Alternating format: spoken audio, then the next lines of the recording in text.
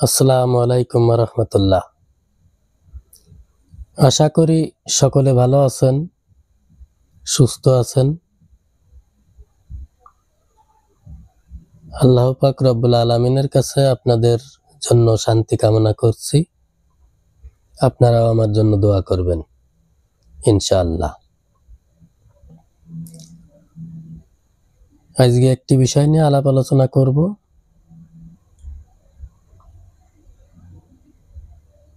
সেটি হলো নামাজ। মুসলমানদের যে কয়টি ইবাদত আছে, শ্রেষ্ঠ তার মধ্যে অন্যতম ইবাদত হচ্ছে সালাত বা নামাজ। এই সালাত বা নামাজ আদায় করি আমরা মসজিদে যে, আবার অনেক সময় বাড়িতেও আদায় করে থাকি।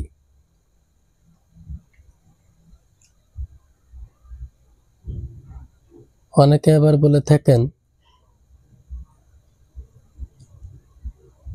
হাদিসের কথা, যে যার নামাজ নাই তার কিচ্ছু নাই, ঈমান নাই। আবার এও শুনতে পাই অনেকের মুখ থেকে, বিশেষ করে যারা ধর্ম প্রচারক, তিনারা বলে থাকেন নামাজ হচ্ছে বেহেশতের চাবি।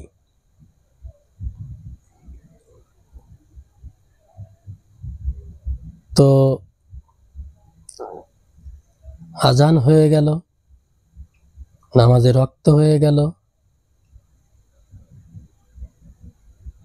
অনেকে এসে জিজ্ঞেস করে আজান হচ্ছে, তুমি এখানে বসে আছো, চলো নামাজ পড়তে যেতে হবে। তো আসলে ভাই, মূল যে কথা, মুসলমানদের এত বড় একটা ইবাদত, যে ইবাদতের পদ্ধতিগুলো, নিয়ম শৃঙ্খলা, পদ্ধতি, ফর্মুলা আল্লাহ পাক তার বিধানের মধ্যে, আল কোরআনের মধ্যে সুস্পষ্ট কোনো আয়াতে কোনো বর্ণনা দেননি। হাত কোথায় বাঁধবো, নাভির উপরে না বুকের উপরে,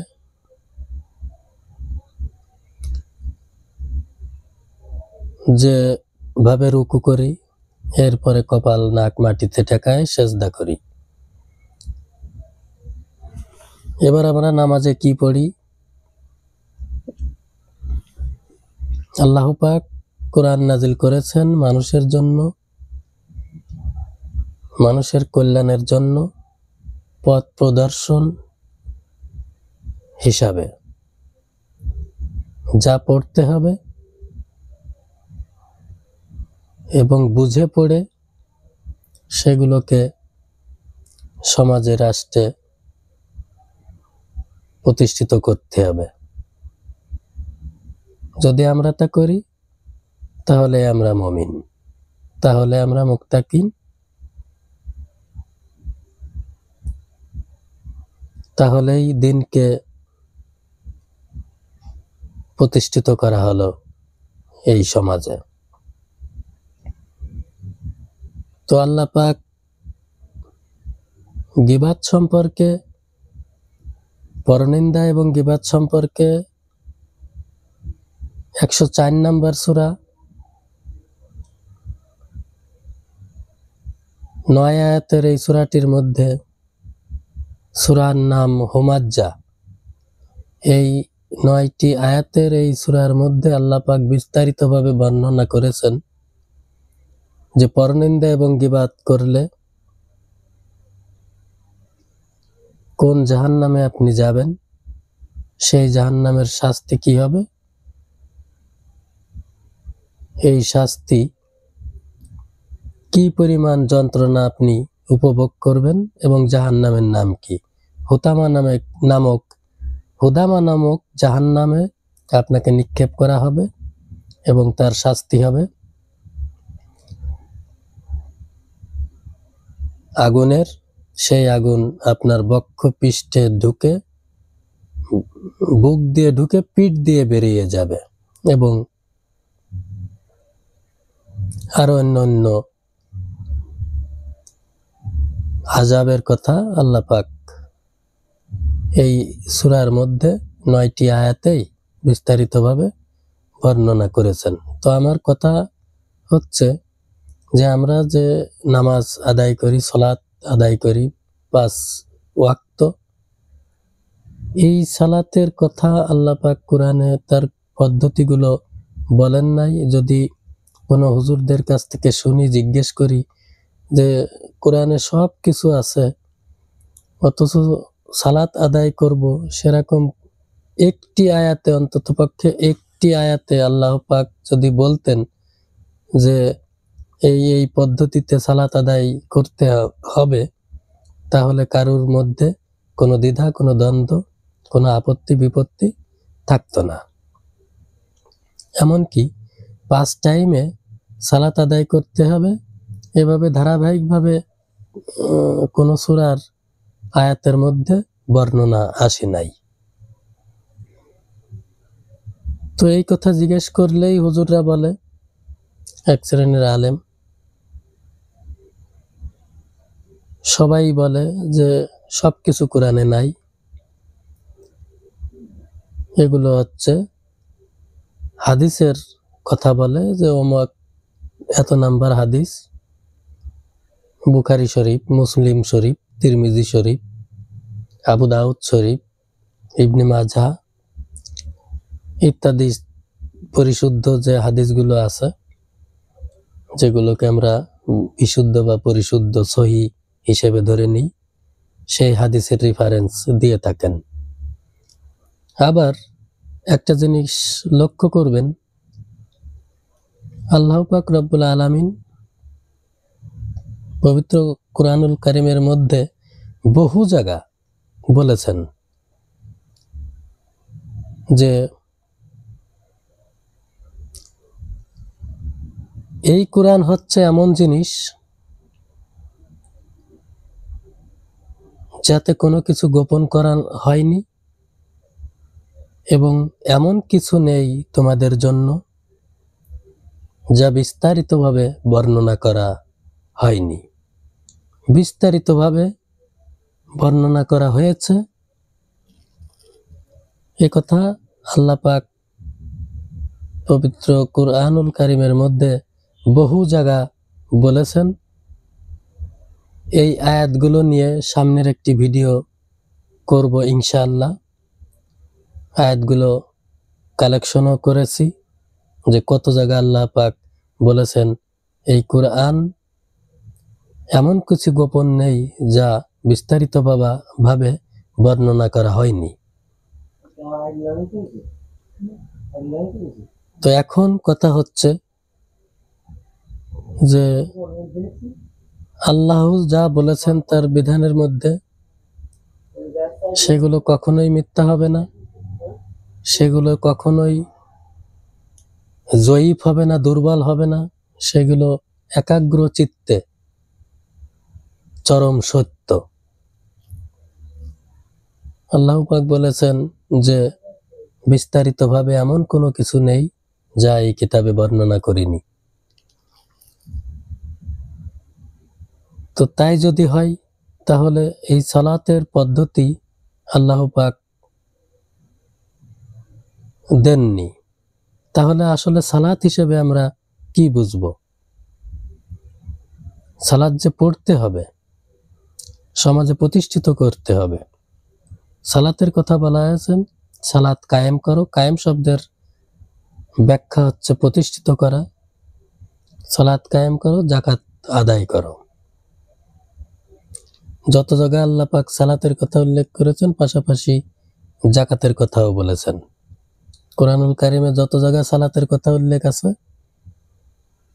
পাশাপাশি যাকাতের কথাও আছে এবং এগুলো আদায় করলে জান্নাতে যাবে, এ কথা কোথাও কোরআনুল কারীমের মধ্যে নাই। রয়েছে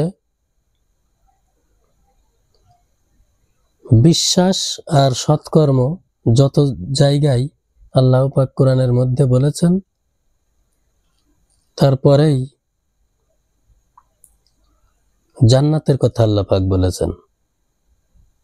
বিশ্বাস এবং সৎকর্ম করলে জান্নাত দান করবেন। জান্নাতের প্রতিশ্রুতি আল্লাহ পাক যত জায়গায় কোরআনের মধ্যে বলেছেন, তার পূর্ব শর্ত দিয়েছেন বিশ্বাস এবং সৎকর্ম। লা ইলাহা ইল্লাল্লাহ, কোনো ইলাহা নাই আল্লাহ ছাড়া, বিধান মানব একমাত্র আল্লাহ পাক রব্বুল আলামিনের, পাশাপাশি সৎকর্ম করলে জান্নাতে প্রবেশ করাবেন। তো এখন এই সালাত বিভিন্ন কায়দায় বিভিন্ন মানুষ এক একজন এক এক ধরনের আদায় করে থাকে। আল্লাহু আকবার বলে হাত উঁচু করে, হাত বুকের উপরে নাভির উপরে বাঁধে, রুকুতে গিয়ে সামি আল্লাহু লিমান হামিদা বলে উঠে দাঁড়ায়, আবার আল্লাহু আকবার বলে যখন সেজদায় চলে যাব তার আগে অনেকে আবার হাত উঁচু করে। এই যে নামাজের যে সিস্টেম, মসজিদের যে সিস্টেম, এই সিস্টেমগুলোর কথা আল্লাহ পাক বলেননি কোরআনে। এই সিস্টেমগুলো আমরা কোথায় পেয়েছি? আবার বলা হচ্ছে রাসূল করিম সাল্লাল্লাহু আলাইহি ওয়াসাল্লাম নামাজ আদায় করতেন। নামাজে আমরা কি পড়ি? সূরা ফাতিহা দিয়ে নামাজ শুরু করি, এরপর একটা সূরা মিলায়ে পড়ি।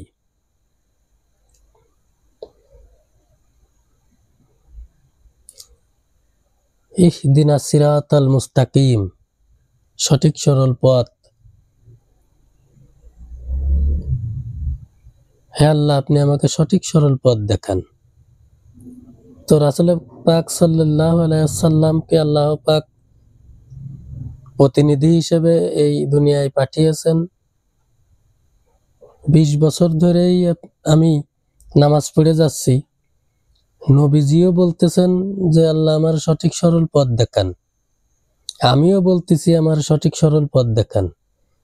30 বছর, 40 বছর, 50 বছর সালাত আদায় করতেছি, তারপরে একই কথা বলে যাচ্ছে আল্লাহ আমার সঠিক সরল পথ দেখান। ইসলামের যত কাজগুলো আছে সব কাজ করতেছি, করার পরেও আমরা সূরা ফাতিহায় বলতেছি আল্লাহ আমার সঠিক সরল পথ দেখান। আমরা কি সঠিক সরল পথে যেতে পারছি না? সঠিক সরল পথে নবীজি যাচ্ছেন না? নবীজিও কি সঠিক সরল পথের বাইরে থাকেন? এখন বিষয় হচ্ছে যে আসলে আমাদের বুঝতে হবে সালাত কি জিনিস। সালাত কি আসলেই যে প্রচলিত আমরা যে সমাজে বাপদাদা পূর্বপুরুষ থেকে যা দেখে আসছি, যেভাবে আদায় করছি, মসজিদে যাচ্ছি, আজান হওয়ার পরে দাঁড়াই পড়ছি, সূরার সাথে সূরা মিলিয়ে পড়ছি, সূরা ফাতিহা পড়ার পরে ধরেন আমি সূরা লাহাব পড়ব, তাব্বাত ইয়াদা আবি লাহাব, আবু লাহাবের হাত ভেঙে দাও বা পা ভেঙে দাও, আবু লাহাবকে চূর্ণ বিচূর্ণ করে দাও বা ধ্বংস করে দাও।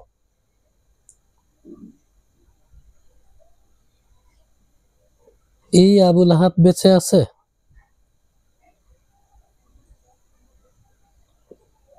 তাব্বাত ইয়াদা আবি লাহাব, আবু লাহাবের হাত পা ভেঙে দাও, আবু লাহাবকে ধ্বংস করে দাও। এবং ধ্বংস হয়ে যাক তার সমস্ত সম্পদ, কোনো কাজে আসবে না। ধ্বংস হোক তার স্ত্রী, ধ্বংস হোক তার পরিবার পরিজন। তারা কি বেঁচে আছে? যে আমরা প্রতিনিয়ত নামাজ আদায় করতে গিয়ে সূরা ফাতিহার পাশাপাশি একটা সূরা মিলে যদি পড়ি, কি পড়তেছি আমরা? এগুলো কি দাঁড়ায় মুখস্থ পড়ার জিনিস? আসল নামাজে কি বলতেছি আমরা? আমরা কি কিছু বুঝতেছি?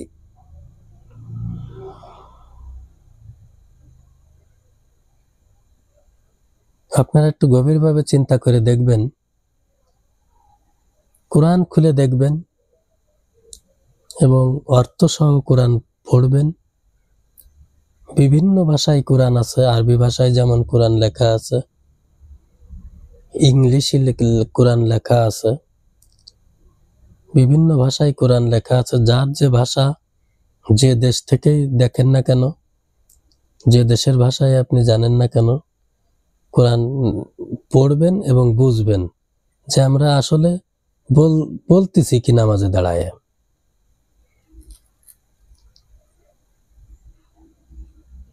সূরা বাকারা 2 নম্বর সূরা কোরআনুল কারিমে, সূরা বাকারায় 221 থেকে 239 নম্বর আয়াত পর্যন্ত বিবাহ, তালাক, স্ত্রী, স্বামী নিয়ে কথা আছে।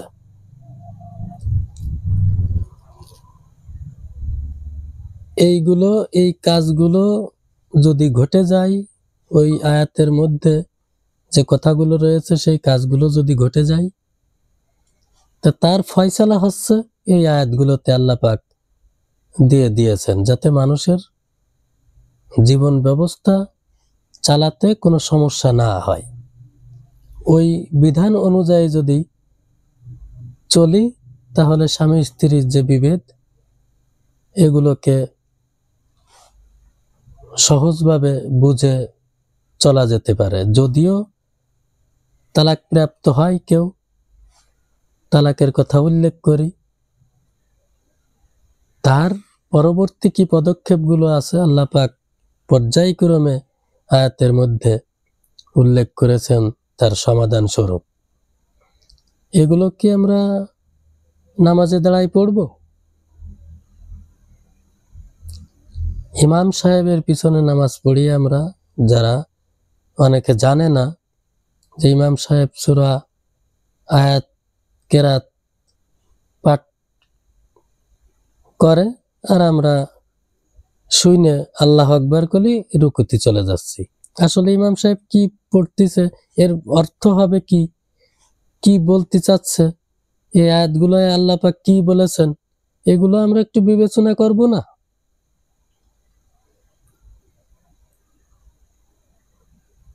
এই কথাগুলো কোনো বুজুর্গ, কোনো মুফতি, কোনো মাওলানা, কোনো মুহাদ্দিস, তিনাদের কাছে গেলে তিনারা বলে যে কোরআনে বিস্তারিত তো সবকিছুর ব্যাখ্যা নেই, এর ব্যাখ্যাগুলো হাদিসে রয়েছে, মানে হাদিস মানতে আমরা বাধ্য, সেভাবে কথা বলে থাকেন। হাদিস নিয়ে আজকে কোনো আলাপ আলোচনা করব না, হাদিস নিয়ে সামনের একদিন আলাপ আলোচনা করব ইনশাআল্লাহ। আল্লাহ পাক সুস্থ যদি রাখে, ইনশাআল্লাহ অবশ্যই একদিন আলাপ আলোচনা করব। আপনারা আমার এই কথাগুলো গভীর মনোযোগ সহকারে, অন্তত পক্ষে নিজের বুঝের জন্য, আমার ব্যক্তি স্বার্থ না, আমি কোনো ধর্মীয় অনুভূতিতে আঘাত করার জন্য আজকের এই কথা বলছি না। এগুলো আমি ব্যক্তিগতভাবে কোরআন পড়ি, অনুবাদ সহ কোরআন পড়ি। কোরআন পড়ে আমার ভিতরে ব্যক্তিগত মতামত, কারোর প্রচারণা না, কারোর প্রলাপন না, এটা আমি মুসলিম, আমি একজন মুসলমানের সন্তান, সম্পূর্ণই আমার ব্যক্তিগত একটা মতামত, আমার মতামত 100% সঠিক হবে আমি সে কথাও বলছি না। আমার মতামতের বাইরেও আরো উত্তম মতামত থাকতে পারে। আমার মতামত যে 100% সত্য বা 100% সঠিক আমি সে বিষয়েও বলছি না যে আমার মতামত 100% সঠিক হতে পারে। তবে আমি একটা অনুরোধ করব আপনাদের, আপনারা কোরআন পড়ুন এবং কোরআনকে বুঝুন, বোঝার চেষ্টা করুন। সূরা লুকমানের মধ্যে আল্লাহ পাক রব্বুল আলামিন অনেক কিছু বলেছেন, হিকমা দান করেছেন, বিস্তারিত কাহিনী বলেছেন। সূরা ইউসুফের মধ্যে নবী ইউসুফের জীবন বৃত্তান্ত বলেছেন, তার ভাইরা তাদের সাথে কি আচরণ করেছেন, সে মিশরের রাজা হয়েছেন। এই কথাগুলো আল্লাহ পাক উপদেশ স্বরূপ বোঝার জন্য বলেছেন, কারণ এই সমাজে একজন পুরুষ শরিয়াত অনুযায়ী 3-4টে বিয়ে করে বা করার অনুমতি আল্লাহ পাক দিয়েছেন, কুরআনুল কারীমের মধ্যেই দিয়েছেন। সে আয়াতগুলো নিয়ে অন্য একদিন ভিডিও করব, আয়াতের নাম বলে দেব, আপনারা পড়ে বুঝে নেবেন। এই যে শিক্ষণীয় সব কিছু মানুষের কল্যাণের জন্য আল্লাহ পাক খুলে খুলে বলে দিয়েছেন কোরআনের মধ্যে। আমরা যায় সালাতে দাঁড়ায় ইউসুফ নবীর যে ঘটনাগুলো আল্লাহ ধারাবাহিকভাবে বর্ণনা করেছেন সেগুলো বলছি। এগুলো কি পড়তে হবে? আল্লাহরকে সেজদা করার জন্য ওইগুলো পড়ে সেজদা করা লাগবে, না ওইগুলো পড়ে যে ঘটনাগুলো হয়েছে সেই ঘটনা থেকে আমরা শিক্ষা গ্রহণ করব? ঘটনাগুলো শুনে আমরা জাইনে বুঝে শিক্ষা গ্রহণ করব যে সৎ ভাইয়ের সাথে এরকম করতে হয় না। পিতা যদি দ্বিতীয় বিয়ে করে, তার যদি সন্তান হয়, সেটাও আমাদের ভাই বা বোন, সেগুলোকে স্বীকার করা, তাদের সাথে খারাপ আচরণ না করা। কারণ আল্লাহ তো বিধান দিয়েছেন, তোমাদের মধ্যে যদি সম্ভব হয় 1, 2, 3, 4 জনকে তোমরা বিবাহ করো। এবং দাসী প্রথা নিয়ে কোরআনে আয়াত আছে, সে ব্যাপারে আজকে কথা বলবো না। দাসীদের আজাদ করার ব্যাপারে কথা বলেছেন আল্লাহ পাক। এগুলো তো একটা শিক্ষার বিষয়, এগুলো আল্লাহ বিধান দিয়েছেন, গ্রন্থ দিয়েছেন, কোরআন দিয়েছেন, সম্পূর্ণই মানব মণ্ডলীর কল্যাণের জন্য, মানব মণ্ডলীর জীবন ব্যবস্থার জন্য দিয়েছেন। এগুলো তো ভাই আসলে সালাতে দাঁড়ায় পড়তে হবে। সালাতে দাঁড়ায় আমরা কি পড়ছি? সূরা ইখলাস পড়ছি, আল্লাহর জাত, আল্লাহর সিফাত, আল্লাহর পরিচয় তুলে ধরার জন্য। আল্লাহর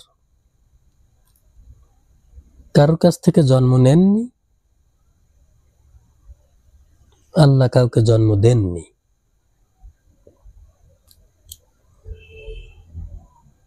জমিনের উপরে আরশের নিচেই তার সমকক্ষ আর কেউ নেই। আল্লাহ এক, অদ্বিতীয়। এইগুলো তো আল্লাহর বিরাটত্ব, আল্লাহর যে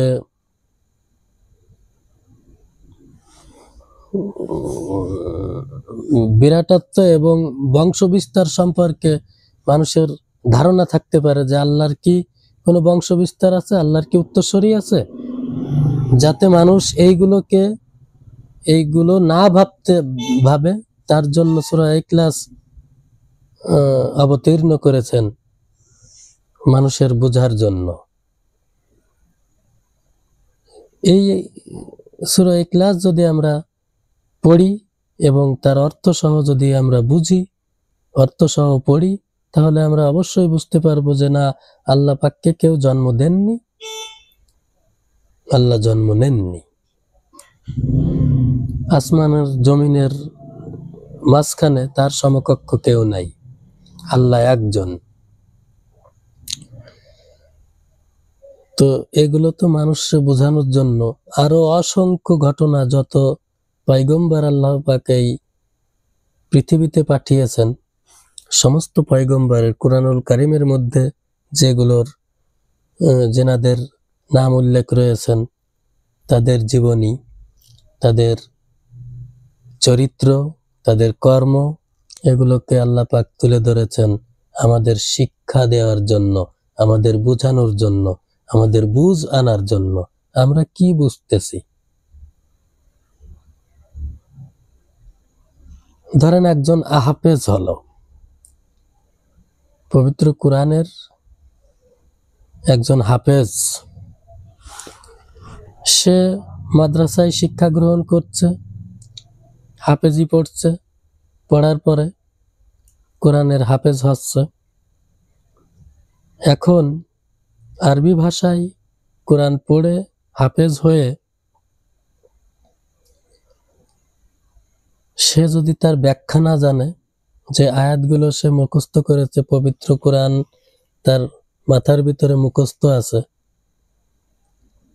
সে যদি তার ব্যাখ্যা না জানে, সে মুখস্থ কবিতা পড়ার মতন কোরআন পড়ে চলে যাবে, আমরা তো কিছুই বুঝবো না। আমরা যারা হাফেজ না, যারা কোরআন বোঝে না, তারা পড়ে চলে গেল কোরআন খতম দিয়ে। খতম শব্দের অর্থ হচ্ছে শেষ করা, শেষ। তো কোরআন শেষ করে চলে যাচ্ছে, আমরা হাফেজ ডাইকে আইনে কোরআন খতম করছি। কোরআন খতম দিয়ে তাদেরকে খাবার দিচ্ছি। খাবারের ব্যাপারটা ভিন্ন। খাবার আপনি দিতেই পারেন, অন্নদান আপনি একজন মানুষকে খাওয়াতে পারেন, অসহায়, এতিম, মিসকিন, সায়েল, পথচারী, ক্ষুধার্ত ব্যক্তি, সে বিষয়টা ভিন্ন। কিন্তু এই যে কোরআন খতম দিচ্ছি, যে বাড়ি কোরআন খতম দিচ্ছে, যারা কোরআন হাফেজরা পড়ছে, হয়তো অনেক হাফেজে কোরআন পড়ছে, কি পড়ছে সে মুখস্থই পড়ছে, তার অর্থ এসে কি দাঁড়াচ্ছে সে নিজেও জানে না, আর যে বাড়ি পড়া হচ্ছে সে বাড়িরও কেউ জানে না। তাহলে আমরা কি বুঝবো?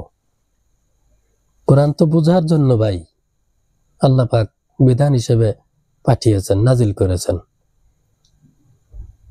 তো কোরআন তো কবিতা পাঠ করার মতো না, যে মিলায় ছন্দ মিলায় পড়ে যেতে হবে, সুর দিয়ে। এগুলোকে একটু বুঝতে হবে, বোঝার চেষ্টা করতে হবে, নিবিড় ভাবে। রাগ, ক্ষোভ, মোহ, মায়া সব কিছুকে একটা স্তরে, নিম্ন স্তরে রাইখে, বিশেষ করে রাগটাকে নিম্ন স্তরে রাইখে ব্রেনকে সূক্ষ্ম করে কোরআন পড়ুন এবং তার ব্যাখ্যাগুলো দেখুন, আপনি অবশ্যই বুঝতে পারবেন ইনশাআল্লাহ। এ ব্যাপারে হাদিস এবং আল্লাহ পাক কোরআনে কত আয়াতের মধ্যে বলেছেন যে এই কিতাব হচ্ছে চূড়ান্ত কিতাব। এই কিতাবের মধ্যে এমন কোনো কিছু নেই এই জীবনে যা তোমাদের কাছে বিস্তারিতভাবে বর্ণনা করা হয়নি। আমি বিস্তারিতভাবে সবকিছুই বর্ণনা করেছি। এবং জান্নাতের চাবি সালাত না, এ ব্যাপারে সামনে একটা ভিডিও নিয়ে আসছি। প্রকৃত জান্নাতের চাবি কি জিনিস সেটা আপনাদের সামনের ভিডিওই বিস্তারিত আলাপ আলোচনা করব। এরপরে হাদিস সম্পর্কে কিছু কথা আপনাদের বলবো। হাদিস সংকলন কে করেছেন, কিভাবে করেছেন এবং নবী করিম সাল্লাল্লাহু আলাইহি ওয়াসাল্লামের ইন্তেকালের পর কত বছর পরে হাদিস সংকলনের উদ্যোগ গ্রহণ করা হয়েছে এবং সমস্ত বিস্তারিতভাবে সামনের একটি ভিডিও নিয়ে আসব। যদিও একটু সময় লাগতে পারে, 2, 4, 5, 7, 10 দিন, কারণ এগুলো একদিনেই সম্ভব হয় না। এগুলো কালেকশনের, এগুলো সংগ্রহের ব্যাপার আছে। সেজন্য আসবো সামনে আপনাদের মাঝে একটি ভিডিও নিয়ে। আপনারা আমার কথাবার্তার ভিতরে যদি কোনো ভুল ভ্রান্তি হয়ে থাকে, আল্লাহ পাকের রাস্তে আমাকে ক্ষমা সুন্দর দৃষ্টিতে দেখবেন এবং এর থেকে উত্তম কোনো কথা থাকলে আপনারা কমেন্টে মতামত জানাই দেবেন। আমি সেখান থেকে হয়তো শিক্ষা গ্রহণ করতে পারবো। সকলের পরম করুণাময় আল্লাহ পাকের পক্ষ থেকে সকলের জন্য শান্তি কামনা করছি। ভালো থাকবেন সবাই। আসসালামু আলাইকুম ওয়া রাহমাতুল্লাহি ওয়া বারাকাতুহু।